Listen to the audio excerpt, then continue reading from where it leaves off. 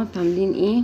النهاردة هنعمل مع بعض أكلة اقتصادية جدا من البتنجان، يعني من غير بروتينات ومن غير زيت، يعني مفيش آلية خالص. ويلا بينا نسمي الله ونشوف الطريقة. ودلوقتي معانا هنا كيلو من البتنجان.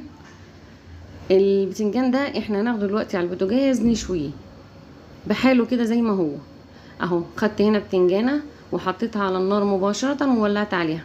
ممكن تشوي واحده واحده وممكن تشوي الكيلو مره واحده بالطريقه اللي انت شايفاها دي. بتجيبي البتنجان وتحطيه على العين الكبيره، اكبر عين عندك.